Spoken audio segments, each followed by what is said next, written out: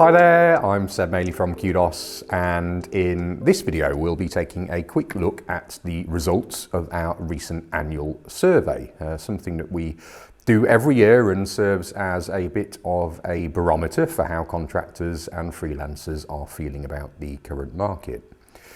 This year we had nearly 1,000 respondents and covered a wide range of subjects from IR35 to business performance to the political landscape. You can read the full overview of the results of our survey on our website, and there's a link below, but let's just cover off some of the key talking points now. A good place to start is probably the IR35 or off-payroll rules, given that this April will be the 4th anniversary of the implementation of reform to the legislation.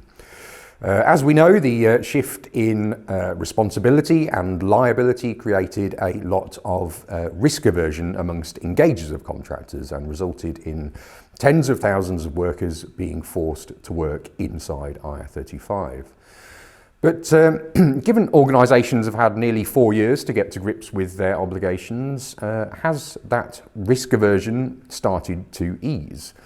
Well, pleasingly, the majority of our respondents, at 58%, stated that they were currently in an outside IR35 contract. 17% of people were not currently in a contract, and just 11% were operating via an umbrella company.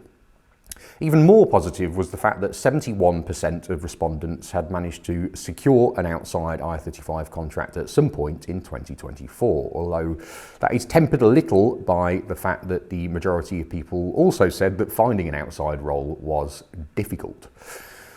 67% of respondents also said that they felt that opportunities to work outside IR35 in 2024 had decreased compared to previous years, although the majority do remain confident that they'll be able to secure more outside work in 2025.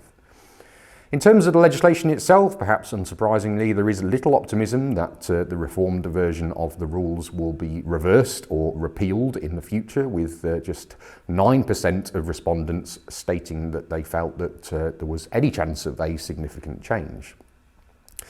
The changes to IR35 essentially meant that contractors now have two distinct modes of operating, either outside IR35 via their limited company or via an umbrella company. The mode they use is generally at the behest of their client or agency, with 90% of our respondents stating that this is the case. But it's clear that contractors are becoming used to moving between these two modes depending on the contract they're working on. 21% of all respondents had used an umbrella company at some point during 2024, which is perhaps lower than I expected, and further suggests that the outside IR35 market is continuing to open up.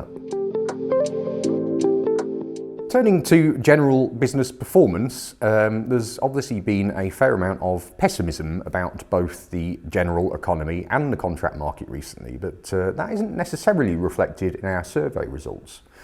In fact, over 3/4 of respondents described their business performance as either consistent or successful, which is reassuring to hear. Another interesting point was on how contractors have actually found work in 2024. In the old days, job boards and recruiters were pretty dominant when it came to finding opportunities, but that seems to be changing, with the bulk of respondents relying on their own network and referrals from other contractors.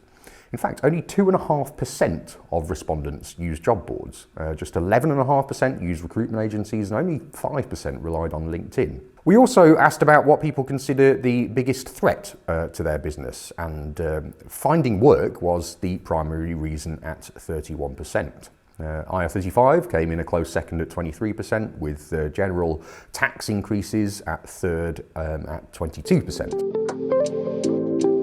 Perhaps one of the most startling results from our survey was the shift in views of the political landscape. A question we asked both this year and for our 2023 survey was around which political party our respondents felt best represented the interests of the self-employed. The top response this year was that no party represented the self-employed best, with 27% clearly feeling disenfranchised. But for the 2023 survey, this answer was up at 63%.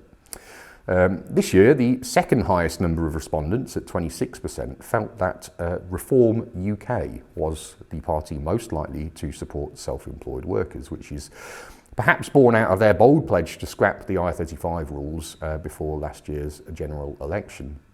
The party coming in bottom of the poll was Labour, with just 11%, showing that Keir Starmer and Rachel Reeves have much work to do to win over flexible workers over the coming years. There are plenty more interesting and enlightening responses on the survey, so please have a read and let us know your thoughts. Please also subscribe to our channel for more video updates, and we'll see you next time.